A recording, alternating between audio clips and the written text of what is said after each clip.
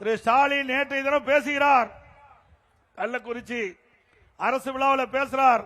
அந்த அரசு விழாவில் எடப்பாடி பழனிசாமிக்கு சவால் விடுகின்ற விதமாக அவர் சேலஞ்சு பண்ணார்.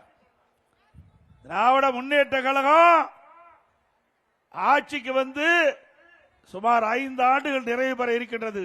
4.25 ஆண்டு ஆகிவிட்டது. இன்னும் ஒரு 3 மாதம் தான் இருக்குது. 3 அமாவாசை தான் இருக்குது. திமுக ஆட்சி அகற்றப்படுவதற்கு இப்பொழுது சேலஞ்சு விடுறார். அண்ணா திமுக ஆட்சியில 5% பணிகள் தான் நிறைவேற்றப்பட்டது. திரு ஸ்டாலின் அவர்களே, சிந்தித்து பாருங்கள். நீங்க பேசிய இடம் கள்ளக்குறிச்சி மாவட்டம்.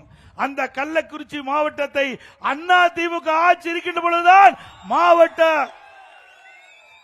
உதயமானது.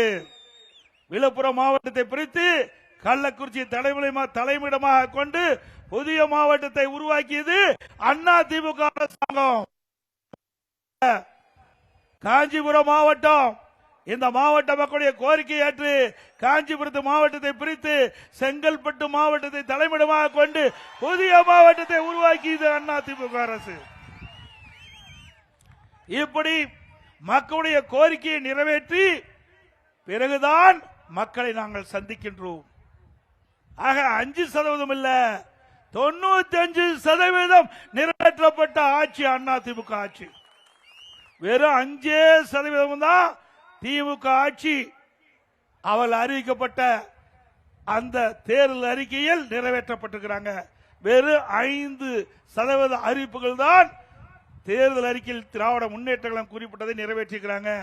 ஆனா அண்ணா திமுக அப்படி அல்ல. தேர்தல் நேரத்தில் கொடுக்கப்பட்ட வாக்குறுதி 195% நிறைவேற்றப்பட்ட கட்சி அண்ணா திமுக கட்சி. ஆக கள்ளக்குறிச்சி மாவட்டம், அங்க இருக்கின்ற மக்களுடைய கோரிக்கை ஏற்று மாவட்டம் தொடங்கப்பட்ட உடனே அங்கே புதிய அரசு மருத்துவக் கல்லூரி மருத்துவமனை கொண்டு வந்தது அண்ணா திமுக அரசாங்கம். அதே போல இங்கே செங்கல்பட்டு மாவட்டத்திலே பல்வேறு பணிகளை நிறைவேற்றி தந்திருக்கிறோம். மாவட்டத்திற்கு தனி மாவட்ட ஆட்சியர் அலுவலகம் கட்டி கொடுக்கப்பட்டது அண்ணா திமுக ஆட்சியிலே. விவசாயிகளுக்கு ஏராளமான திட்டங்கள், விவசாய தொழிலாளிக்கு நிறைய திட்டங்கள்.